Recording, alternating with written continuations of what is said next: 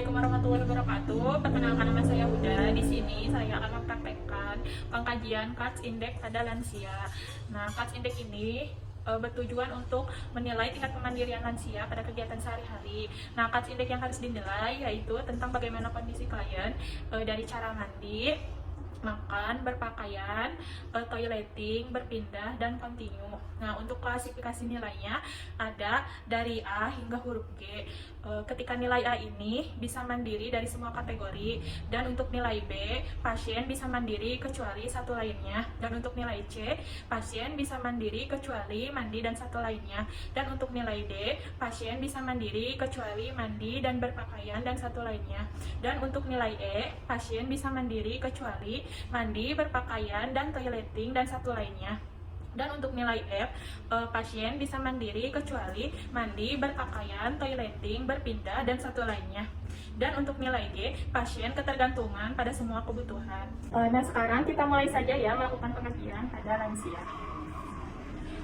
Assalamualaikum Ibu. Waalaikumsalam. Perkenalkan, nama saya Perawat Huda. Di sini saya bertugas di Wisma Sisi dari jam 7 sampai jam 12 nanti. Ibu namanya siapa? Mulyana.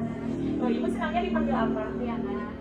Nah, Ibu, tujuan saya ke sini, saya akan menilai tingkat kemandirian Ibu dalam Ibu melakukan aktivitas sehari-hari. Nah, waktunya kurang lebih 5 sampai 10 menit. Tempatnya di sini bagaimana? Apakah Ibu bersedia? Nah, kalau Ibu bersedia, kita mulai saja ya, Bu. Nah, di sini saya akan bertanya dari kebutuhan mandi Ibu. Nah, Ibu kalau misalnya mandi, Ibu masih bisa sendiri atau dibantu? Sendiri. Kalau misalnya membasuh punggung, Ibu masih bisa sendiri? Bisa sendiri ya, Bu. Nah, misalnya kalau makan, Ibu suka menyiapkan sendiri apa dibantu sama orang lain? Sendiri. Kalau misalnya makan disuapin atau sendiri?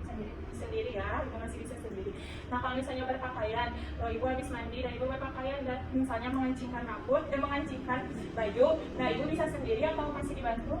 Bisa sendiri ya. Nah, untuk berpindah, misalnya Ibu mau berpindah dari tempat tidur ke kursi, Ibu masih bisa sendiri atau dibantu? Sendiri ya.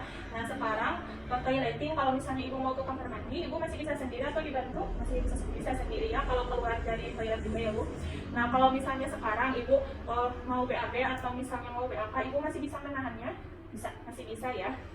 Nah, Ibu, baik, sekarang dari semua pengkajian, dari kategorinya, Ibu ada di kategori A, karena Ibu masih bisa melakukannya sendiri dan mandiri ya, Bu. Nah, untuk berarti Ibu masih bagus ya. Nah, untuk selanjutnya, nanti besok saya akan melakukan pengkajian aspek kognitif atau kepikunan pada Ibu. Waktunya kurang lebih 5 sampai 10 menit. Tempatnya di sini aja. Bagaimana? Apakah Ibu bersedia? Bersedia ya, Bu. Nah, kalau misalnya begitu, saya permisi dulu ya. Assalamualaikum.